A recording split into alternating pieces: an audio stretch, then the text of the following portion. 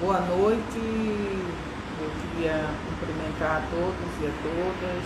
Esse um momento em que a pauta da infância é, é mais uma vez motivo de preocupação da nossa instituição, a nossa OAB, né?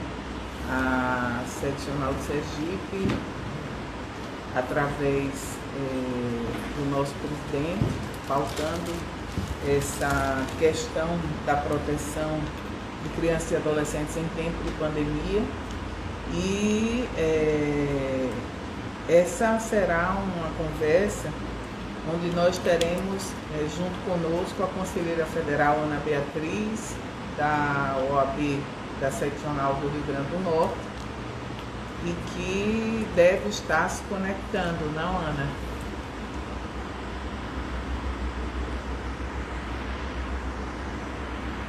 Esse é o problema da tecnologia.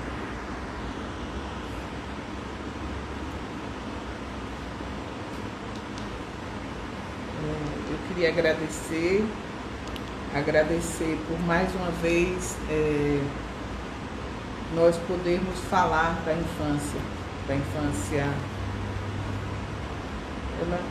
Ela chamou a gente para aceitar, ela falou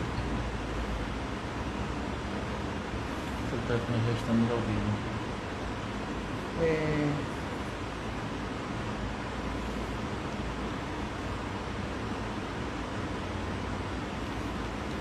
ela que tem que aceitar, né?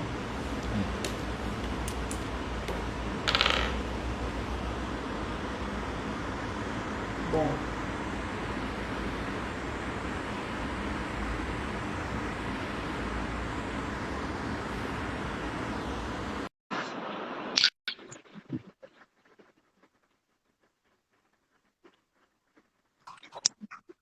Olá, olá, Ana. tudo bem? Tudo bem? Você está bem? Tudo ótimo, e você? Bom lhe ver. Bom te encontrar outra vez. Não é? Pois é.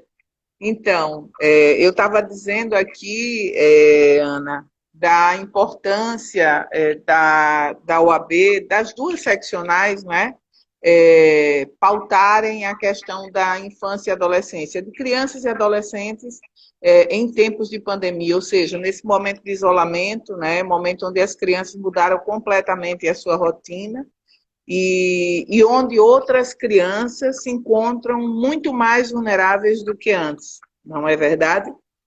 Onde a gente pode fazer discussões que vão desde, né, crianças que estão fora da escola por uma necessidade em razão do isolamento social e crianças que já estavam fora da escola, não é? Porque estão no grupo de crianças vulneráveis. Crianças que têm família e crianças que não têm família e que estão sob a tutela do Estado.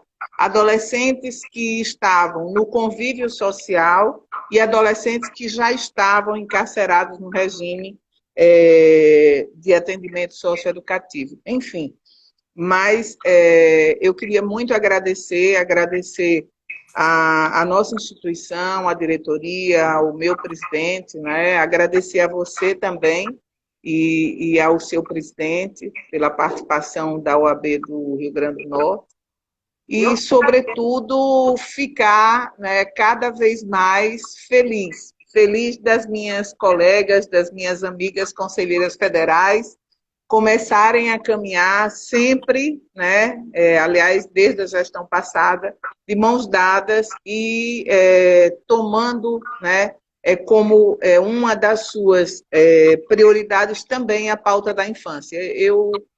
Eu creio que esse é o objetivo, né, que a gente consiga, de fato, fazer com que as futuras gerações sejam gerações mais protegidas, com mais direitos assegurados, que sejam mais, né, escutadas, que sejam de fato protagonistas e preparadas do ponto de vista que vai desde a compreensão do que sejam os seus direitos, passando inclusive por deveres, né, mas sobretudo pela compreensão na fase da juventude e na fase adulta da importância do papel de cada um de nós, né, que fomos, que estamos sendo, e eles que serão, né, no futuro muito próximo, porque a infância é breve, né, por isso se fala nos princípios da brevidade, não é? Então, eu queria só introduzir com essa nossa fala, e aí a gente ir fazendo essa conversa, esse diálogo, que é um diálogo com certeza rico, né? Ainda mais vindo de você, que é uma pessoa que eu admiro muito, por quem tenho muito respeito. A admiração e o respeito são recíprocos, e você sabe disso, né? Eu vim aqui hoje mais para aprender. Você que é a nossa grande mestra, né? Quando a gente fala de criança e adolescente. Eu vim aqui para aprender um pouquinho com você e dividir um pouquinho das minhas angústias. Né? Angústias tanto profissionais quanto pessoais, né? Você sabe, eu tenho 3 filhos também, né? São crianças e adolescentes. Tenho uma adolescente de 13 e 2 crianças. E a gente está vendo que esse isolamento social, ele é algo muito grave, né? E que para a gente já é difícil. A gente que entende o que está acontecendo já é muito difícil. Agora, você explicar para uma criança que ela não pode sair para brincar com outras crianças é algo muito complicado. Principalmente quando ela ouviu a vida inteira que é importante ela se dar bem com os coleguinhas, ela brincar com os coleguinhas, ela tratar bem os coleguinhas. E hoje ela está aprendendo ao contrário. Que ela tem que repreender o coleguinha que abraça, ela tem que repreender o coleguinha que dá beijo, que ela não pode chegar perto, que eu fico pensando o que vai acontecer com a cabeça dessas crianças. Então, a gente está falando assim, nesse primeiro momento, Gleice, eu queria te ouvir. Eu vim aqui mesmo para te ouvir. Primeiro, sobre essas crianças que estão numa condição ótima, né? A melhor condição que a gente pode imaginar para essas crianças. Crianças que estão dentro da sua família, crianças que estão sendo bem cuidadas, que estão sendo alimentadas, que não estão sendo expostas. Essas crianças vão sofrer também de certa forma, eu não sei se eu estou conseguindo me expressar bem, mas ela está recebendo comandos contraditórios. Desde então, ela recebia um comando: socialize, abrace, beije, trate bem o coleguinha. E agora ela está recebendo um outro comando: não socialize, não abrace, não beije, não pegue na mão, não se comporte assim com o seu coleguinha. Você acha que isso pode trazer algum tipo de prejuízo no desenvolvimento emocional dessas crianças? Veja, do ponto de vista emocional, é evidente que os danos já são consequência que as famílias terão que lidar no futuro, com certeza. A vida dessas crianças não será a mesma. Com certeza não será a mesma. Do ponto de vista emocional, Ana, você tem os tipos de família e você tem, sobretudo, famílias que não tinham tempo para os filhos, que não cuidavam dos filhos. Famílias onde crianças, e aí eu estou me atendo muito à questão da criança de 0 a 12 anos incompletos, porque com o adolescente talvez seja um diálogo diferente. Um diálogo onde você tem atividades que são atividades que talvez dependam também um pouco da independência deles. Mas com a criança requer de você, e nesse momento que você está 24 horas com essas crianças, o pai e a mãe, requer de você atenção 24 horas. Porque a atenção que outras pessoas tinham com elas, que era na escola, era no lazer, era nas atividades extracurriculares, essas crianças, elas dividiam, né, a sua rotina e as suas energias com outras pessoas. E pais e mães que muitas vezes chegavam em casa e essa criança já estava extremamente cansada. E não havia esse diálogo, na verdade. Fora isso, tem as rotinas de casa, porque se enfrenta também a questão, a depender do modelo de família, aquelas situações onde a mãe tem, né, além das atividades profissionais, né, e aí eu falo daquelas mulheres que têm uma atividade fora de casa, tem também as atividades né, de rotina que ela muitas vezes não fazia, ou fazia à noite, quando a criança já estava dormindo.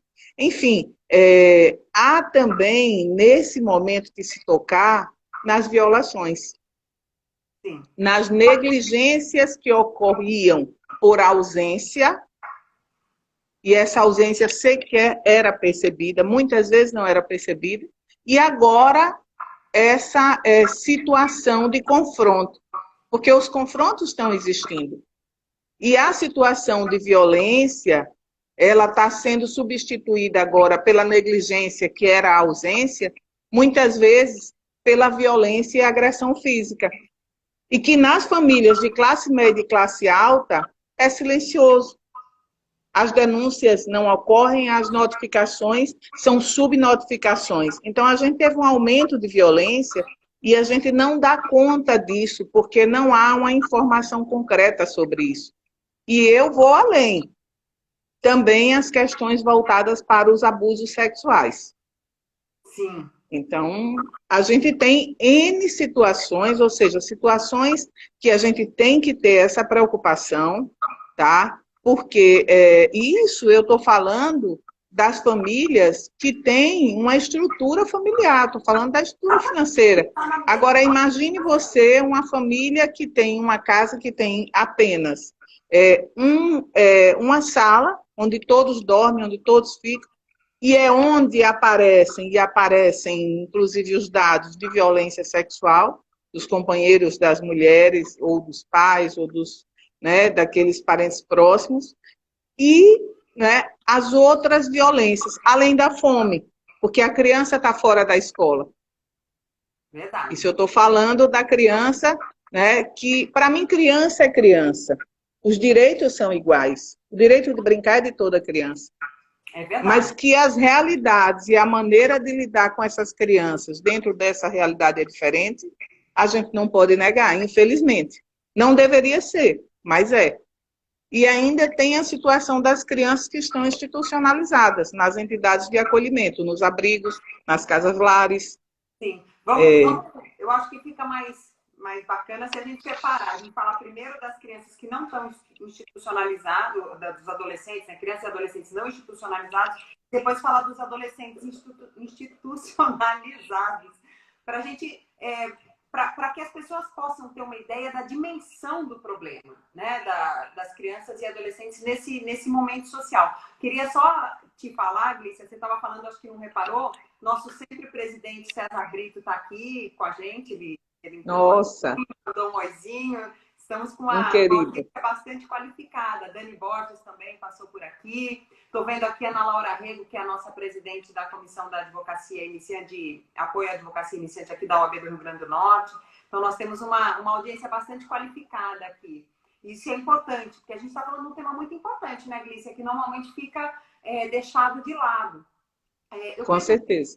Dessa questão do desenvolvimento emocional das crianças, justamente por isso. Eu tenho notado que a violência doméstica tem aumentado muito, né? Eu já vi, tem várias lives, né, dando notícia desse aumento da violência doméstica, e a gente sabe que quando aumenta a violência doméstica contra a mulher, aumenta também a violência doméstica contra as crianças, né? E aí você já tocou exatamente no ponto que eu acho que é importante dizer, que quando isso acontece na classe média, tanto a violência doméstica contra a mulher, quanto a violência doméstica contra as crianças e adolescentes, elas ficam muito mais silenciadas, né? É como se fosse um ponto em que as pessoas não gostam de falar, né? É uma questão cultural, né? Exatamente. Não vamos falar sobre isso. Aí vem sempre aquela famosa frase, briga de marido e mulher, ninguém mete a colher. Estou ouvindo gritos ali, mas vou fingir que não ouvi gritos. E esse comportamento é um comportamento inconstitucional, na verdade, né? Porque a própria Constituição diz que é função da família, do Estado, mas também da sociedade, né? É uma função de todos nós cuidar do bem-estar de crianças e adolescentes, não é isso? Com certeza. Veja, quando você fala em proteção integral é é o princípio norteador lá do artigo 227 da Constituição Federal, e o ECA, o Estatuto da Criança, também assegura isso. E lá no artigo 4º do Estatuto da Criança, diz exatamente isso, que é dever de todos, dever da família, da comunidade, do Estado, cuidar, zelar pelos direitos de todas as crianças de forma integral. Então, e de forma prioritária. Absoluta, né? Eu acho que é a única... Absoluta, prioridade absoluta. Se você lê a Constituição, é só quando você, né, vê se afirmar a prioridade absoluta para crianças e adolescentes. A Constituição usa esse termo absoluto, é quando vai falar da prioridade absoluta. Exatamente. Mas assim, quando você trata dessa questão da invisibilidade dos maus tratos e da violência, e principalmente da violência psicológica, existe uma resistência muito grande das famílias, e aí quem trabalha com direito de família sabe disso, muitas vezes a resistência do tratamento psicológico. Hoje está melhor um pouco, mas ainda há uma recusa de se trabalhar na perspectiva de identificar, inclusive, as causas da violência. Verdade. Porque a criança é quem sempre tem o problema. Não sei se você percebe, mas sempre o problema está na criança. Nunca está em quem causa o dano. E quem causa o dano é o adulto. É o adulto que causa o dano à criança. É muito fácil colocar o problema na criança e dar remédio para a criança, né? Sim, claro. Olha só, ela não para quieta. A criança nunca teve atenção. A criança, ela não tem meios de ser entendida e ser compreendida. Ninguém está nem aí para ela. O que ela faz? Tem como, né? Se colocar um pouquinho no lugar da criança, acho que pode facilitar, né? Mas para isso precisa se mudar o conceito. E precisa ser recepcionado esse protagonismo juvenil. Sim. Porque, na verdade, todas nós, e aí eu me incluo como mãe, né? E agora como vó. Vó, neto pode tudo, claro. Mas filho não pode tudo. Então, até onde eu permiti que os meus filhos exercessem o seu protagonismo juvenil? Quando eu tinha uma cultura limitada e conservadora, onde nós tínhamos a figura do não muito mais presente do que o diálogo e o sim. Então, tem com manual, né? Pois mas não existe manual, porque cada criança é uma criança. E imagine você, quando a gente fala de criança que passa por um processo de destituição familiar por força de algum tipo de violação de direitos. E aí ela vai para uma outra família, num outro contexto, e, consequentemente, numa estrutura, muitas vezes, de condição financeira de forma completamente diferente, né? Com tudo que ela nem tinha antes, e ela precisa lidar com esse novo ambiente, onde não há compreensão da importância do protagonismo dela, que não pode haver a negação da história de vida dela. Então, são questões que você, nesse momento, pode compreender que elas afloram no momento de isolamento social, onde muitas vezes o pai, a mãe, ou nesse novo modelo de família contemporânea, não é?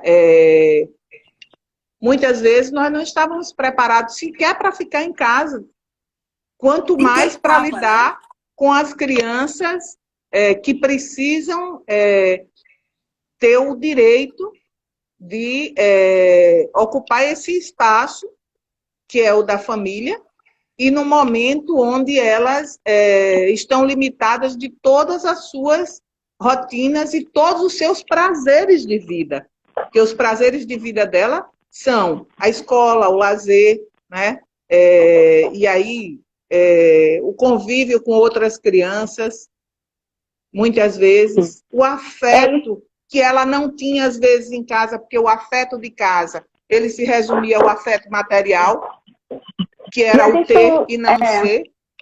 E a aí? gente tem um outro problema aí, né, Glícia? O fato das crianças não irem para a escola, além de perder esse momento de sociabilização, que era o momento em que elas tinham de contato efetivo com outras crianças, a escola sempre foi um elemento importante na identificação dessa violência doméstica também, né?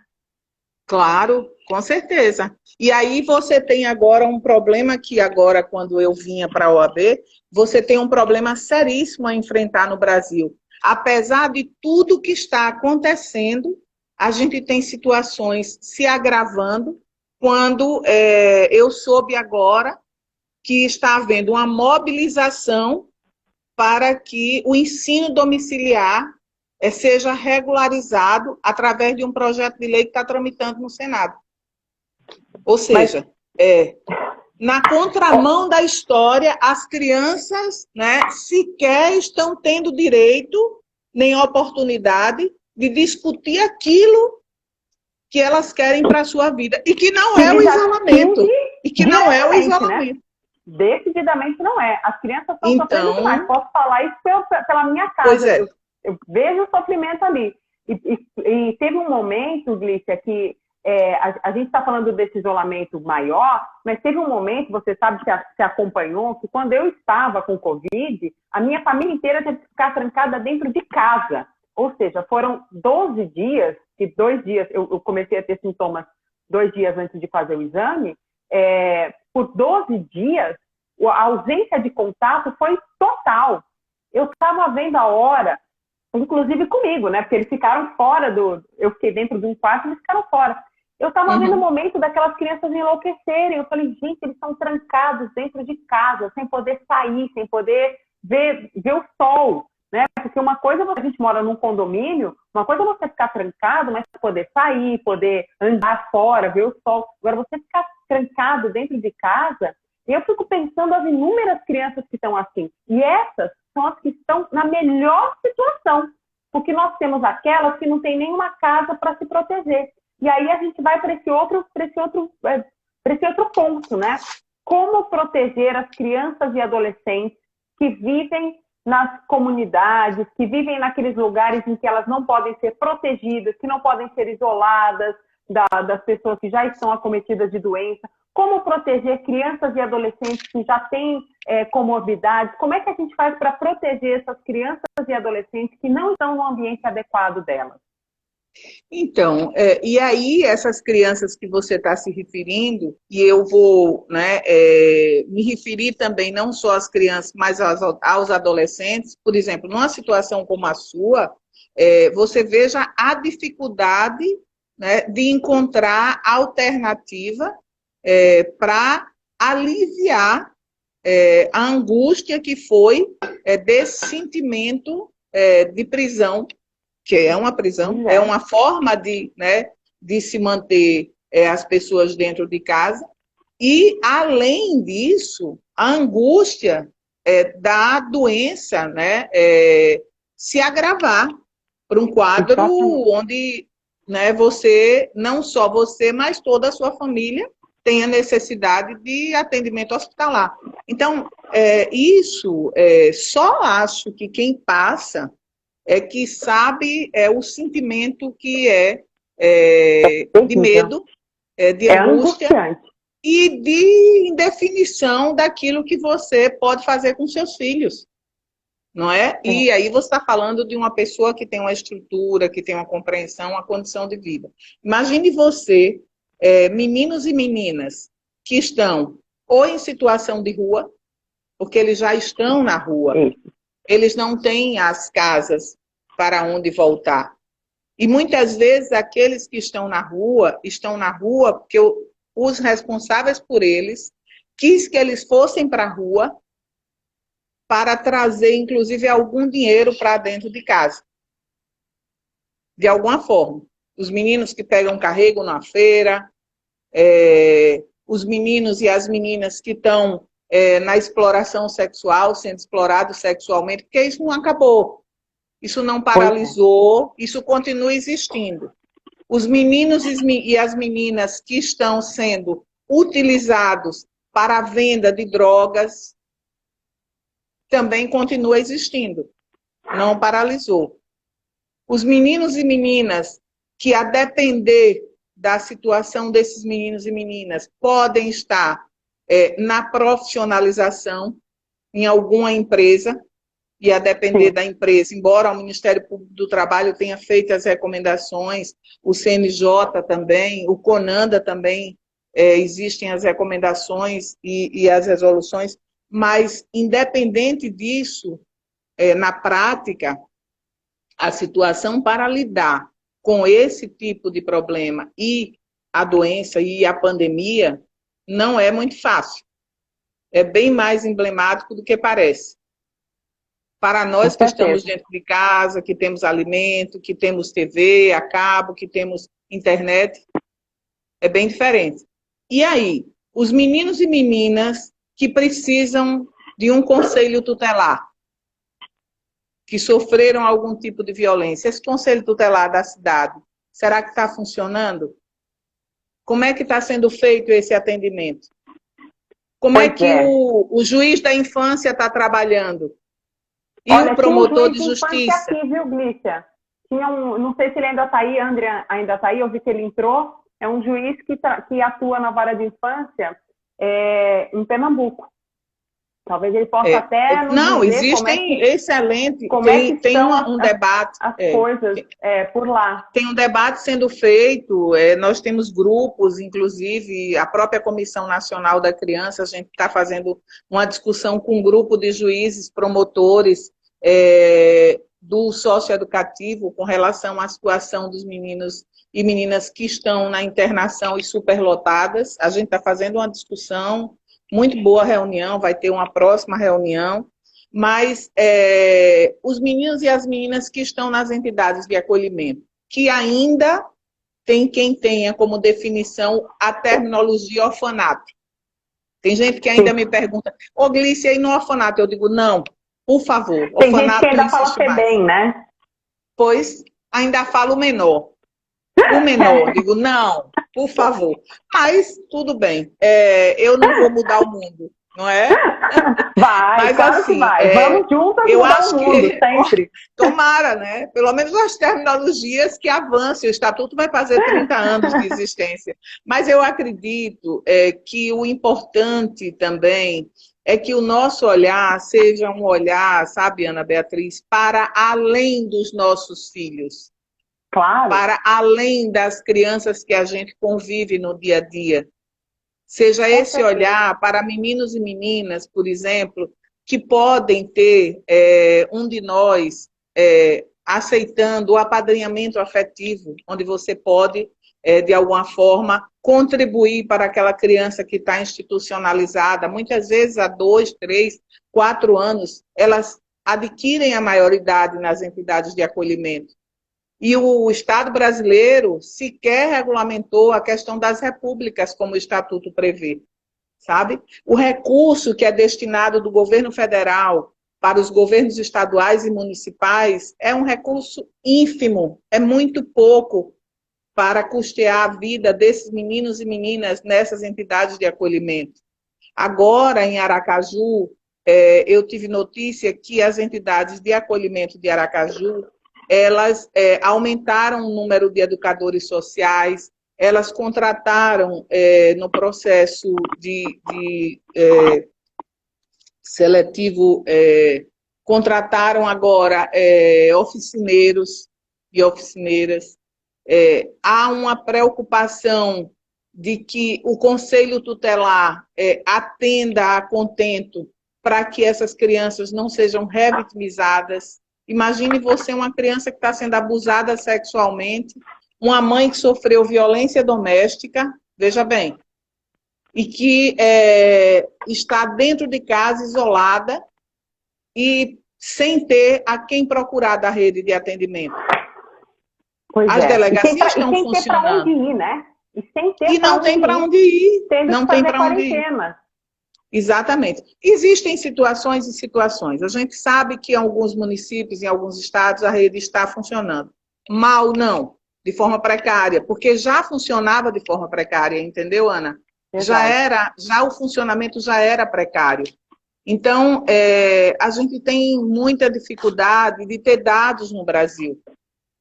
Por quê? Porque ao invés da gente ter uma política de Estado de assistência social que se preocupe com esse cruzamento de dados de informações da saúde da criança, desde a sua proteção até, né, aquilo que diz respeito à prevenção, ao lazer, à educação, à assistência, à cultura, a tudo, está preocupado em fomentar legislações que vão podar, né, aqueles direitos que foram assegurados no Estatuto da Criança e do Adolescente. Imagine você se em tempo de pandemia passa o projeto, né, do ensino domiciliar.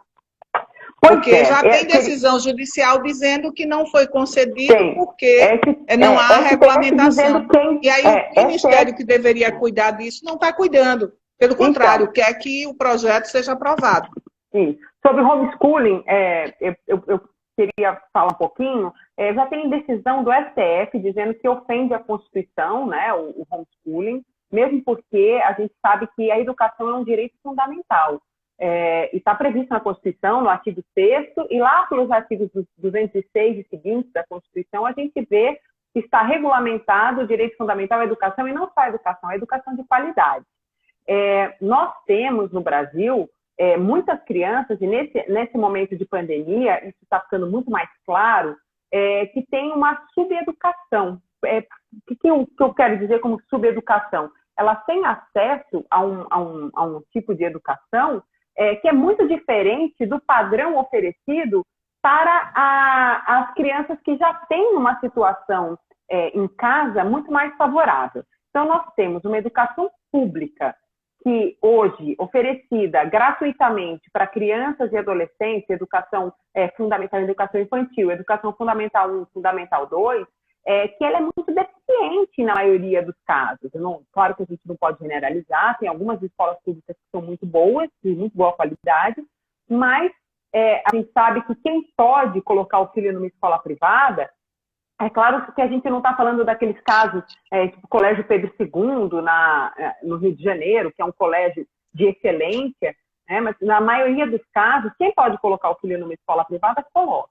E aí eu fico me pensando, Glícia, se eventualmente aprovam homeschooling no Brasil, nessa forma, né, que se pretende adotar, será que as escolas públicas vão continuar existindo? Será que a gente vai poder continuar lutando por ensino público de qualidade? Ou será que haverá um grande incentivo para que as crianças que hoje estão na escola pública pratiquem o homeschooling? Fica mais barato, pensa comigo, fica mais barato você pagar, vamos dizer, R$100 para cada família que está em homeschooling do que você manter uma escola funcionando, pagando bem professor, que é o que deveria acontecer, é o que acontece em todos os países desenvolvidos, mesmo nos Estados Unidos, em que a gente tem aquela ideia de que é um país liberal, a educação fundamental é função do Estado, né? E as escolas públicas são muito boas, né? São muito boas. Na Alemanha, por exemplo, a escola privada é proibida constitucionalmente, a Constituição veda o ensino privado, a não ser que a escola tenha um grande diferencial. Então, tem, por exemplo, uma escola Waldorf, que tem uma filosofia diferente, essa pode ser uma escola privada, mas mesmo assim o Estado vai subsidiar a presença das crianças que não têm condições de pagar. Então, é o Estado se responsabilizando pela educação da criança. A hora que eu aprovo essa política de homeschooling, né, que é o que está acontecendo hoje, muitas vezes, tem gente que fala que isso não é homeschooling. Está sendo um momento de educação em casa, mas isso não é homeschooling porque não foi planejado enquanto homeschooling. Ok, eu já era contra o homeschooling, hoje eu sou radicalmente contra, porque eu vejo que é algo que não funciona. Né? Hoje eu sou muito radical, eu evito ser radical em muitas coisas, Lícia, você me conhece, você vê que às vezes eu dou um rompante, mas depois eu volto atrás, eu penso, eu evito ser radical porque eu sei que às vezes nos extremos a gente está incidindo em erro, mas hoje eu sou radicalmente contra o homeschooling, porque eu vejo o prejuízo que causa a criança não aprender com outras crianças. Às vezes eu tento explicar alguma coisa, eu não nasci para ser professora de criança. Eu adoro dar aula, mas eu nasci para dar aula para adulto. Eu não nasci para dar aula para criança. E às vezes eu estou explicando uma coisa para o meu filho e ele não está entendendo, porque ele não fala a mesma língua que eu. Mas ele entende, por exemplo. ele entende quando a minha filha mais velha explica para ele. Por quê? Porque ela já está numa proximidade linguística muito mais próxima dele. Então, eu acho que o homeschooling, em qualquer perspectiva que a gente olhe, ele é prejudicial para o desenvolvimento da criança, tanto cognitivo quanto social, assim, e empurra para os pais, né, para os genitores, para quem cuida da criança, um ônus muito pesado. Eu hoje estou defendendo que suspendam as aulas. Suspende tudo, esquece esse semestre, vamos começar o próximo como se fosse um novo mundo, porque a gente tá querendo empurrar com a barriga algo que não pode ser empurrado com a barriga. A gente está querendo dizer que está tudo normal quando não está. Não está, exatamente. Mas e tem um detalhe super importante. Você traz, né, a preocupação dos danos, né, com essa modalidade que está sendo, inclusive, capitaneada pela ministra Damares aqui, né, que está se movimentando pela aprovação do ensino domiciliar no Congresso, e eu trago uma outra preocupação, tá? Por que o Ministério, né, que trata da pasta da assistência social está se mobilizando para uma pauta que é da educação? E aí eu trago para você a situação das crianças que frequentam a escola não para estudar, Ana, e sim para comer. Para comer. A alimentação dessas crianças da escola pública, do ensino fundamental, né, é para comer. Tanto é que a gente está tendo uma discussão sobre o como e o que fazer com as crianças que estão com as escolas fechadas e que elas precisam daquela alimentação.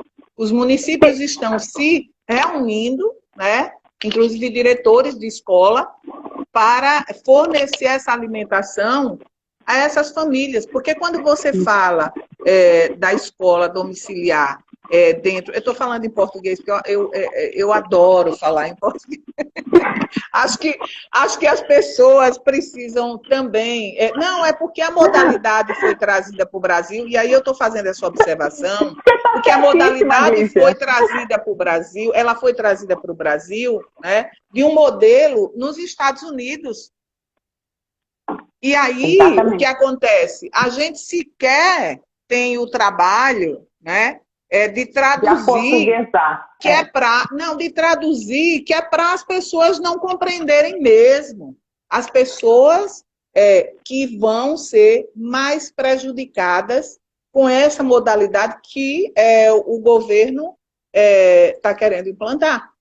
Então, veja bem, você tem situações diferentes. A situação de uma mãe como você, que tem a capacidade, o discernimento e a condição financeira de compreender isso do ponto de vista não só legal, não só jurídico, mas do ponto de vista estrutural, emocional.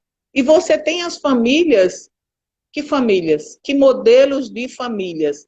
Famílias que são fragilizadas e que já foram originadas da ausência do Estado brasileiro de políticas públicas afirmativas.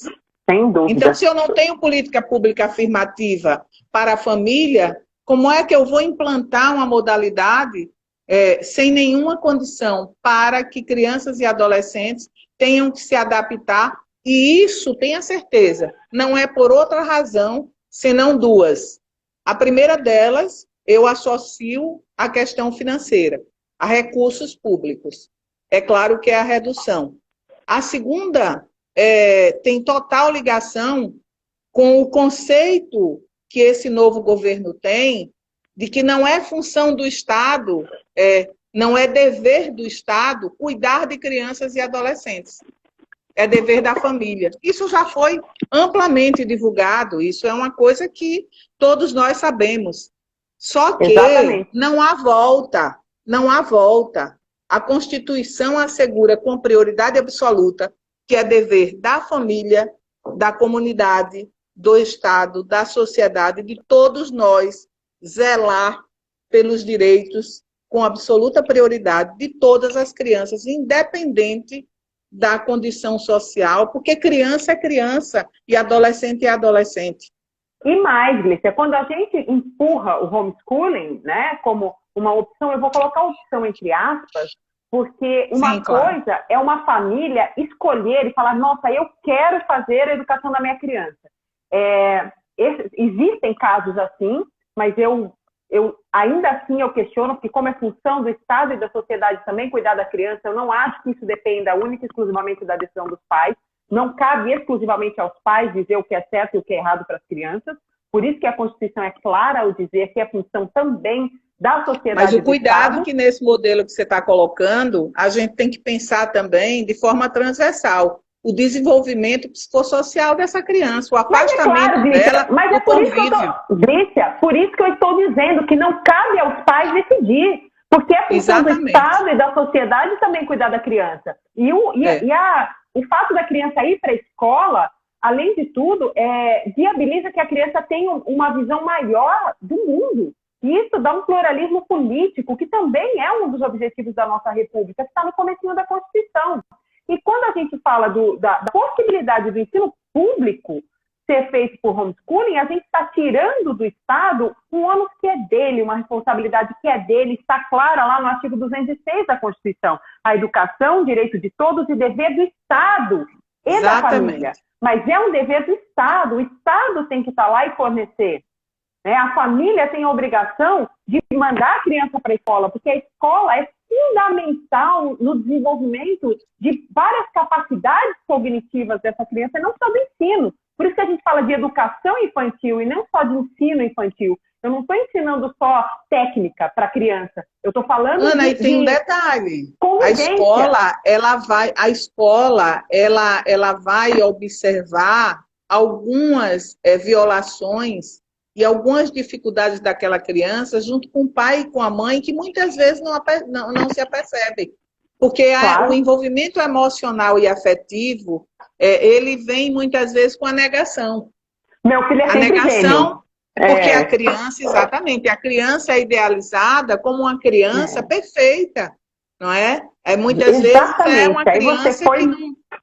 Então, eu acredito que a gente não tem que pensar somente na questão de ordem material. A gente tem que pensar também, né, nas questões que afetam primordialmente as crianças do ponto de vista do afastamento, do convívio com outras pessoas, que junto com a família podem contribuir para o seu desenvolvimento saudável.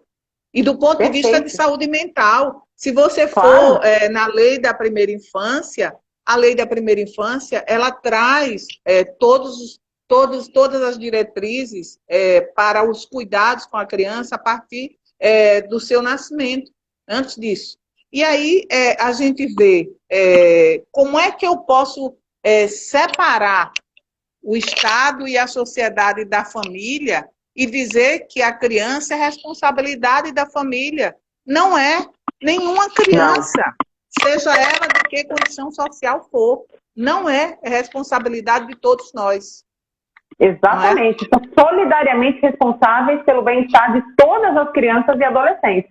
Isso por determinação constitucional. Então, não cabe a mim, nem a você e nem a ninguém dizer que essa responsabilidade é só dos pais e que os pais escolhem o que é melhor para as crianças. Não é bem assim que funciona num Estado democrático de direito que se preocupa com o futuro. E a nossa Constituição é uma Constituição que também zela pelo futuro. E as crianças são o futuro do nosso país. Então, cabe ao Estado cuidar da boa educação, e a Constituição também exige que a educação seja uma educação de qualidade. Não é qualquer educação.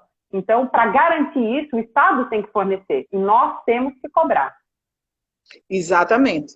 Eu queria, Ana, aqui agradecer, inclusive, também a participação de Bruna, que é conselheira da seccional, Ana Lúcia Aguiar, nossa vice-presidente da seccional aqui, César, né, você já falou, César, meu querido, né, e eterno líder César Brito, Ana Laura Rego, Ilana apareceu, nossa querida Ilana, né?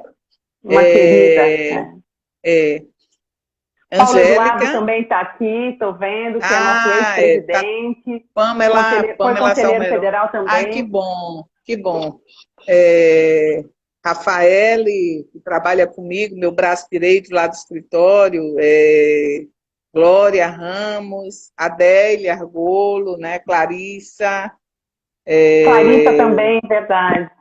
então, Paulo, Eduardo, enfim, a todos, né, porque eu acho que bom, não é, que a pauta da infância desperta o interesse de tantas pessoas.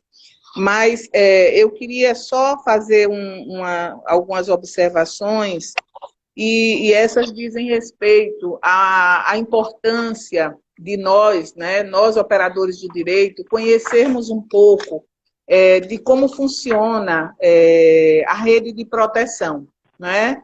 E essa rede de proteção de crianças e adolescentes em tempo de pandemia, ela é fundamental. Então, quando nós falamos de proteção e nós associamos isso àquilo que foi, né, o que nos trouxe para esse diálogo, a questão da pandemia, além dessas questões que foram pontuadas, e muito bem pontuadas por você também, eu queria chamar a atenção para a rede de atendimento. A gente tem escutado, né, e tem lido, que crianças não eram alvos inicialmente de serem contaminadas com o vírus. Na verdade, todas as afirmações, elas não eram certeza de que isso estariam as crianças livres da contaminação. Mas eu queria dizer que é exatamente por criança e adolescente ser prioridade absoluta que nós precisamos ter esse olhar prioritário para elas e os cuidados redobrados com elas e para elas. Então, quando a gente fala de criança e adolescente em tempos de pandemia, a gente está falando de crianças que podem ter outros sintomas, outras doenças, e que a gente não pode deixar de nos preocupar com os espaços que devem ser garantidos para elas no sistema de saúde. Então, não há como se pensar em dar garantia aos adultos, se sobrepondo à garantia que é fundamental dessa criança e desse adolescente do acesso à saúde. E eu não estou falando só da saúde pública, eu estou falando também da saúde privada.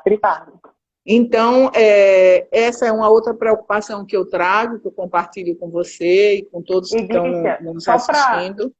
Só para complementar essa sua preocupação, a gente tem no Brasil algumas situações que são exclusivas do Brasil. Eu estava conversando com a minha médica. Eu já fui avisada que temos só 10 minutos. Tá certo, vou ser breve. Mas ela me deu uma informação que me deixou bastante assustada. Em nenhum outro lugar do mundo houve mortes maternas pela Covid-19. O que é a morte materna? É a morte da gestante, né? E no Brasil nós já tivemos 9. Ou seja, estamos atingindo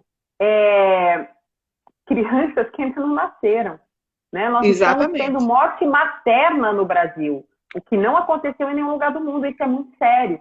E eu acho que essa atenção ser voltada para a gestante, para crianças e adolescentes, é fundamental, porque eu não sei se é uma nova versão do vírus, né? Já chegaram a essa conclusão que o vírus que circula no Brasil pode ser um pouco diferente do que circula na Europa. Não sei se é por conta dessa diferença da carga genética do vírus, mas o país tropical também, né? Tem o nosso clima. O fato é que está atingindo pessoas que não eram atingidas lá fora. Né? A primeira morte que a gente teve aqui no Rio Grande do Norte, primeira ou segunda, foi uma das primeiras, foi de um jovem de 22 anos. Né? Qual era a comorbidade dele? Ser obeso. Até então ninguém sabia que a obesidade era uma comorbidade. Quantas crianças obesas nós não temos no Brasil?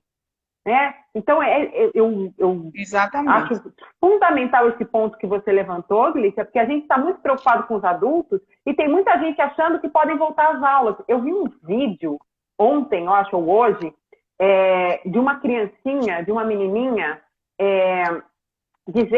falando assim, em tom de brincadeira, mas é claro que foi a mãe ou o pai, eu não sei quem foi, o tio, alguém deu essa musiquinha para a menininha cantar, ou era uma frase para ela dizer, dizendo assim, pode voltar comércio, pode voltar trabalho, pode voltar isso, mas escola não pode voltar, né? Assim, eu falei, Como assim? Estão usando uma criança? Exposição da criança nas redes sociais. Não só isso, além de passar uma tudo isso. mensagem, além de tudo isso, e para passar uma mensagem que é assustadora. Negativa, altamente negativa, completamente fora daquilo que se compreende do que seja proteção integral. E Com além certeza, disso, e fora das recomendações da OMS, né? Exatamente. Mas, e Ana, quando a gente fala nisso, que aí seria uma outra pauta, a gente fala também das crianças que ficarão órfãs com a perda dos seus pais. Ai. Como será a vida dessas crianças depois da pandemia? Então, assim, há uma série de questões que são levantadas em torno de crianças e adolescentes que eu gostaria muito que cada um de nós saíssemos hoje não só inquietos, mas reflexivos, de fato, sobre a vida de crianças e adolescentes que são invisíveis aos olhos do adulto, né? E que muitas vezes não são escutadas. Né? Então, assim, é fundamental sempre, que né, a gente tenha escutadas. essa preocupação, sabe? Que a gente... Você levantou aí, né? O número de mães já que estavam gestantes e que morreram, né? Me parece que teve casos que a criança sobreviveu, salvo engano. O que será mas dessa não tem... criança, né? Exatamente, porque mesmo nas situações onde essa criança tenha família, muitas vezes vai ser objeto de conflito dessa família. Quantas e quantas vezes pela guarda? Então, são N situações. Quando a gente fala de criança, a gente tem que olhar para essas questões que a gente levantou aqui, Ana, de forma infinitamente preocupada. E com o compromisso de compreender o contexto da vida de uma criança.